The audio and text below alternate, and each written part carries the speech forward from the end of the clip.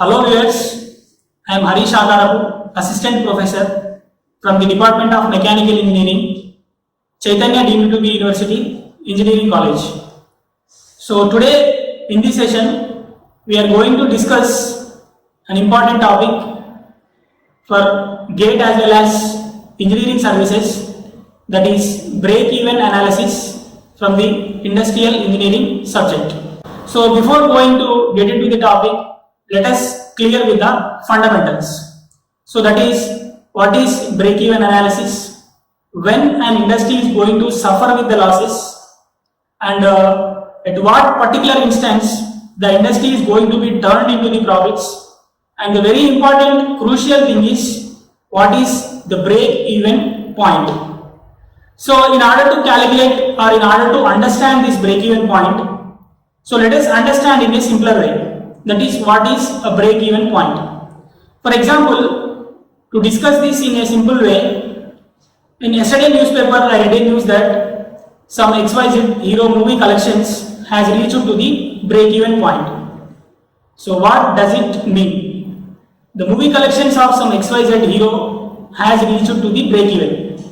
So for example, the producer has spent 50 crore of rupees to produce that movie. The producer has spent 50 crore rupees in order to produce that movie. If that movie collects less than 50 crores, we can say that the producer is in the losses. And if that movie collects more than 50 crore, we can say that the movie or the producer is in the profits. But the very important and crucial thing is, if the movie exactly collects 50 crores only, that is called reaching the break-even point. If it collects less than 50 crore, we can say that the movie is in the losses. If it collects more than 50 crore, we can say that the movie in the profits. But if it is exactly collects the 50 crores, we can say the movie has reached to the break-even. From the break-even point, it is going to be turned into the profits. And below to the break-even point, the producer is going to suffer with the losses. If I am going to apply the same theory towards the production, so at what rate of production, what is the volume of production, the industry is going to be break-even. So I have to, the main important thing in break-even analysis is calculating that break-even point. Break-even point means at what particular point there is no loss and no profit. Whatever the investment I am going to spend on the production, that is going to be completely recovered, and from the break-even point onwards I am going to get the profits. But before going to enter into our topic, let us clear with some fundamentals, because if you are clear with the fundamentals only, we can remember the topic forever. So let us discuss the fundamentals first, then we can enter into the actual topic, that is break-even analysis. So in the fundamentals, the costs involved in the production. What are the various costs involved in the production, right? So that is, first one is prime or direct cost. So the prime or direct cost is the summation of direct material cost. Direct material cost means how much amount I am going to spend to purchase the material. For example, I am going to install an industry which is going to produce some bearings. So in order to produce the bearings, I have to purchase some material. So the amount I am going to spend on that material to purchase, that is known as direct material cost. Next one is direct labor cost. So in order to produce that bearings, I need some technicians or labor. So the salaries, I have to give the salaries for them. So the cost I am going to spend on it is known as direct labor cost. And the last one is, after direct material cost and direct labor cost, and the last one is direct expenses, and some other expenses involved in the production is known as direct expenses, and this is about the first cost in any production, prime or direct cost. So coming to the next one, factory overhead or factory expenses. So it is the summation of, first one is indirect material. Indirect material means simply the material which is not directly participating in the production. For example, if you see the cutting fluid and the lubricants, cotton or jute, whatever it may be, they are not going to actively participate in the production, but they are helpful in the production, right? In order to get the efficient production, they are helpful, but they are not going to directly involve in the production. So that is comes under indirect material. Next one is indirect labor. Indirect labor means the manpower, the labor who are not directly involved in the production. For example, watchmen and supervisors, higher officers. They are not going to directly participate in the production, but they are helpful in the production. So they comes under indirect labor, not they not comes under direct labor. So next one is indirect expenses. Indirect expenses means rent of the buildings, paying the rent of the buildings and facilities, providing facilities for the labor. Providing facilities means providing the water or providing the first aid boxes or providing the insurance for the labor, that comes under indirect expenses. And the next one, telephone bills and electricity bills, they comes under indirect expenses. So this is about the other costs involved in the production, that is factory overhead, or you can say factory expenses. So coming to the next one, factory cost. Factory cost is the summation of prime cost and factory overhead, which we have discussed in the earlier slide. So the factory cost is the summation of prime cost and factory overhead. And coming to the next cost, that is total cost. Total cost means factory cost. Factory cost is up to the production only, but after production is completed, we have to introduce our product inside the market. That is compulsory. So before going to introduce that product inside the market, we have to go for the advertisements and marketing. That is total cost is factory cost. With the addition of factory cost, we are going to have marketing and advertisement cost. So next one is selling cost. Selling cost means to how much after production is completed, to how much amount I am going to sell it in the outside market, right? That is selling cost is the summation of total cost and profit, because after manufacturing is completed, I cannot sell it for the production cost only. I have to add my profit also to that. So selling cost is total cost. Total cost means how much amount actually I spent on the production, and to that I am going to add my profit. So that comes under total selling cost. So coming to the next actual analysis of break-even analysis is, so the break-even analysis is a tool for a production engineer in order to estimate the potential profit or loss in the future, right? So the cost involved in the break-even analysis. First one is total cost. Total cost means how much amount actually I am going to spend on the production, right? That is about the total cost. Next one is selling cost. Selling cost is completely different from the total cost, because in the selling cost I am going to add my profit also, right? Because the ultimate goal of any entrepreneur is to get the profits only. No one wants the losses. So that's why to the selling cost I am going to add my profit also. Next one is, the very important thing is volume of production, or you can say the quantity of production. How much amount you are going to produce. For example, if you take an industry of producing some bearings, so how much volume, how much quantity I have to produce, 100 or 1000 or 2000 or 10,000 or 1 lakh. So that is comes under volume of production. So let us discuss one by one. Total cost first. Total cost is the summation of fixed and variable cost, right? Total cost means simply the amount I am going to spend on the production. So that is the summation of fixed cost and variable cost. So let us discuss what is the fixed cost. Fixed cost, the name itself saying that, this fellow, the name itself saying that I am going to be constant forever, right? It is not going to be changed, right? That is going to be constant forever. For example, if you take cost of machinery, right? Cost of machinery is going to be constant always. For example, in order to produce that bearings, I purchased a CNC of 4 lakh or 5 lakh. That is going to be constant forever, because after purchasing that machinery, the machinery cost is always going to be constant. Next one is salaries for the employees. They are always going to be constant, right? And the very important thing is this fixed cost is not going to be changed with the volume of production. For example, you produce 100 number of items per day, you produce 10,000 items per day, you produce 1 lakh items per day. The cost of machinery is not going to be changed at all, right? And this is about the fixed cost. When coming, if you see in a graphical representation, on the x-axis we will be having the volume, and on the y-axis we will be having the cost of that particular production, right? So irrespective of the value, the fixed cost is always going to be constant. You can clearly see in the graphical representation, fixed cost is going to be constant forever, irrespective of volume of production, irrespective of quantity of production.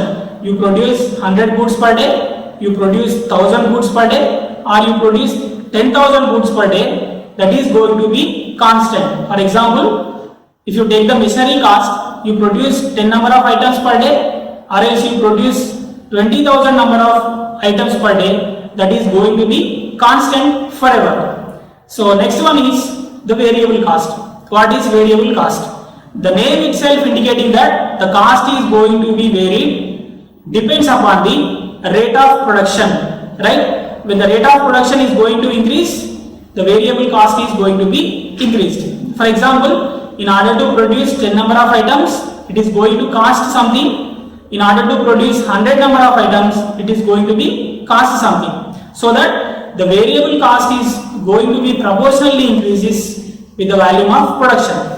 So I can denote the variable cost with capital V. Capital V is equals to small v into x, where small v is equals to cost per each unit and x is equals to the number of items. The number of items or the number of goods they are going to be produced, right? So for example, if the cost per one single unit, that small v is equals to 5 rupees.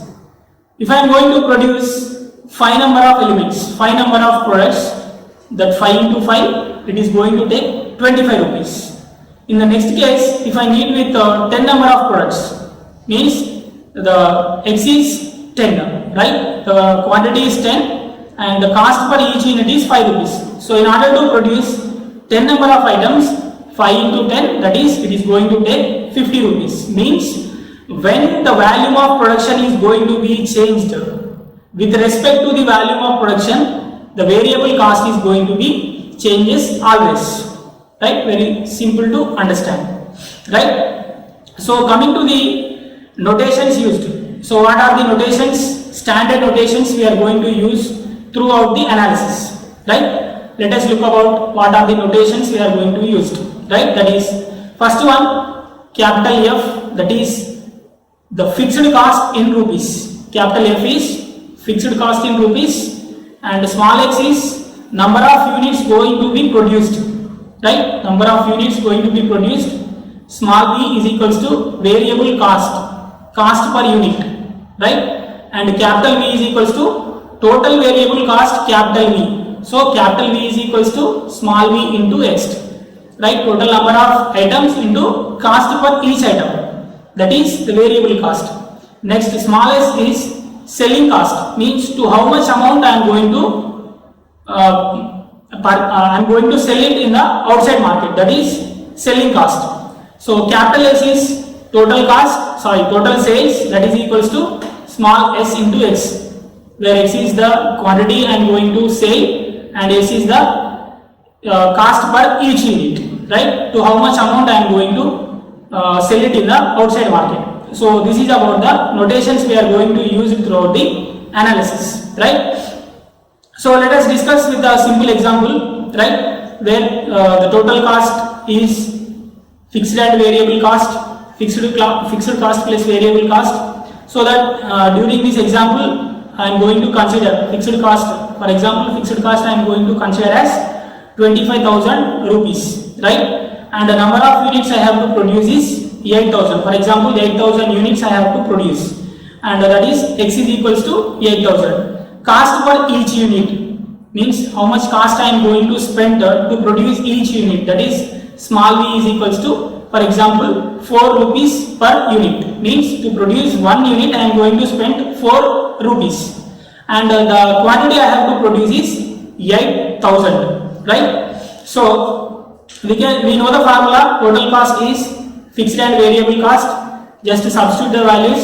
Fixed cost is 25,000 rupees plus cost per each unit is 4, and amount I am going to produce is 8,000. Total 32,000. 32,000 plus 25,000, 57,000 rupees. So let us see this in the graphical representation. On the x-axis we are going to have the volume, means the quantity we are going to produce. On the y-axis we are going to have the cost, means how much amount I am going to spend on it. First let us discuss about the fixed cost. Fixed cost is always going to be fixed, that is 25,000 rupees. In the fixed cost, machinery cost or salary for the watchman. So this will comes under the fixed cost. And from the fixed cost onwards, variable cost is going to start. So variable cost, the name itself saying that it is going to vary, depends upon the quantity of the production we are going to manufacture, right? So next one is, for example, in order to produce 8,000 of items, variable cost capital V is equals to small v into x, that is per each unit 4 rupees, and I am going to produce 8,000, so that 4 into 8,000, 32,000. So in order to produce that 8,000 number of items, fixed cost, that is 25,000 plus variable cost, that is 32,000. 25 plus 32, that is equals to, I am going to total cost is fixed and variable cost 25,000 plus 32,000, that is 57,000. This is in the form of the graphical representation. So the next very important thing is total sales, that is capital S. Total sale means simply the return I am going to obtain by selling it in the market. After production is completed, after I am introducing that inside the market by the advertisement, to how much amount I am going to sell it inside the market is known as selling cost. Selling cost also directly proportional to the volume of production. If I am going to sell 100 number of items in the market, I am going to get something. If the volume I am going to sell, that is 10,000, for example, I am going to get the different amount. So let us see same thing in the graphical representation. On volume, on x-axis we will be having the ideal value value, on y-axis we will be having the cost. So that is going to be proportionally changes with respect to the value of the production. So this is about, for example, if I am going to sell 8,000 units, right, inside the market, each one cost, for example, 10 rupees. 8,000 elements I am going to sell in the market, each one cost 10 rupees, right? So 8,000 plus 10, 80,000 rupees I am going to get by selling that product inside the market after the production, right? You can say in the graph, if I am going to sell 8,000 number of units, each one cost is 10 rupees, total I am going to get, the return I am going to get 80,000 rupees, that you can see in the graph. So coming to the further discussion, assumptions we are going to use throughout the analysis. What are the assumptions we are going to use, right? We are going to assume. First main assumption is fixed cost, variable cost, selling cost. They are always going to be constant throughout this analysis only, this particular analysis only. They are always going to be constant. And the next one is all the quantity what I have produced, which all the quantity that going to be sold out, and no defectives are found in the entire quantity, right? So how much, for example, I produced 10,000 units. All the 10,000 units are going to be sold out inside the market, and they are not having any defectives. In that entire 10,000 value, no one is the defective item, and everything is going to be sold out, right? So entirely we are going to discuss in the graphical representation, right? Here same, on the x-axis volume in terms of units, on y-axis we will be having cost, and always we are going to start with the fixed cost, and this is about the fixed cost. And after fixed cost, variable cost is not going to be fixed, that is going to change always, so that is variable cost. And coming to the total cost is the summation of fixed cost and variable cost. And the next one is selling cost, total sales. So the total sale the black color line is going to indicate the total sale. And the very important thing is where we are going to get the break-even point. Where the two lines are going to coincide, that point is particularly known as break-even point. Right? Break-even point means no profit, no loss. Whatever the amount I am going to spend on the production, that is going to be recovered at the break-even point. And as we already discussed, and below to the break-even point we are going to get the losses, and above to the break-even point we are going to be, the industry is going to be turned into the profits, right? Because if you see the graph clearly, below to the break-even point, if you see the lines, total cost is at highermost position, and beneath of the total cost we will be having the total sale line. Total sale is less, total cost is high. That's why we are going to face the losses. Right? For example, at X units, that break even has happened, and below to the break even completely we are going to get the losses. Why? What is the reason we are going to get the losses? Because if you see that the brown color line, total cost line is going to dominate, that is at highermost top position, and beneath of that we will be having the black line, that is total sale line. So the sales are going to be dominated by the total cost. That's why we are going to get the losses below to the break-even point. Right? I am going to show that losses area. So up to the break-even point we are going to get the losses. But if you see in the graph, after break-even point, total sale line, that the black color line is going to dominate the total cost line. Total sale line is at topmost position, and the total cost line is beneath of the total sale. So at that particular instance, the industry is going to be turned into the profits. So let me show the area of the profits where I am going to get the profits. So that is the area where we are going to get the profits. And the very important and crucial thing is where at what particular volume of production the industry is going to be break even. Means how much quantity I have to produce. That may be 10,000 units, that may be 20,000 units, that may be 30,000, or that may be 1 lakh units.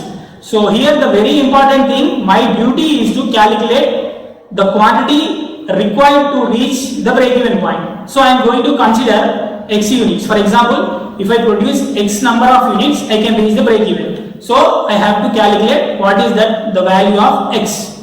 So let us get into that. So how we are going to calculate that point or the quantity which I need to reach the break even. So break even point is also known as no profit, no loss.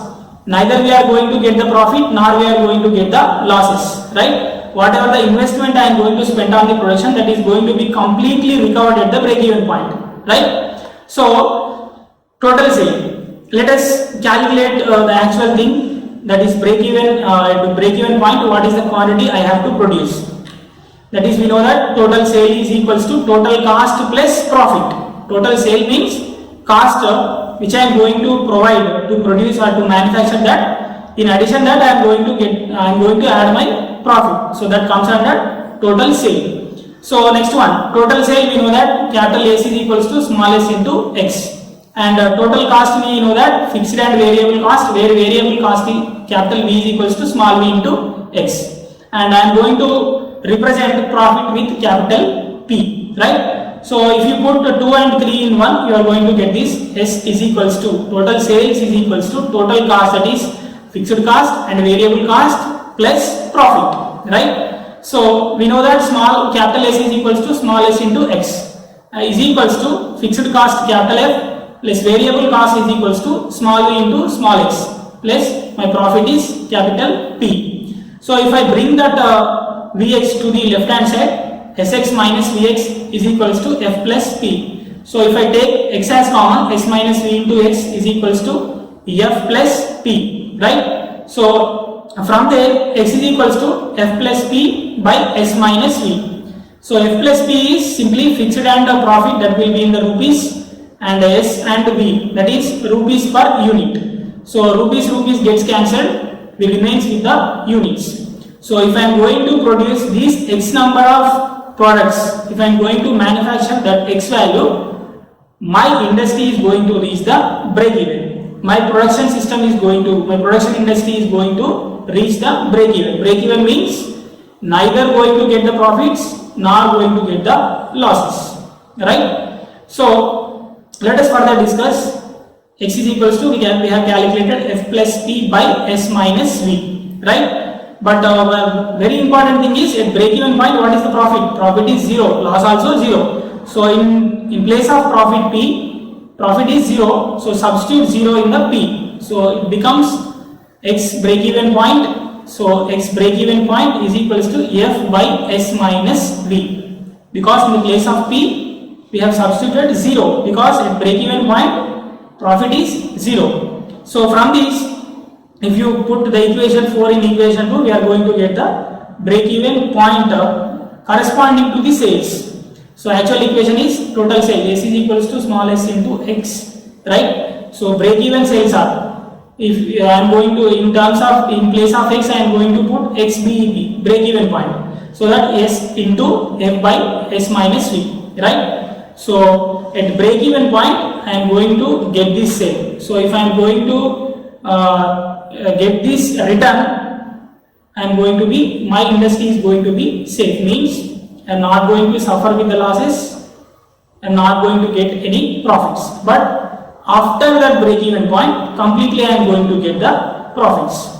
So this is about the break even analysis, means just we are going to calculate the required quantity of material to be manufactured to reach the break even point. That's all for now. So we will discuss some other topics in the upcoming sessions.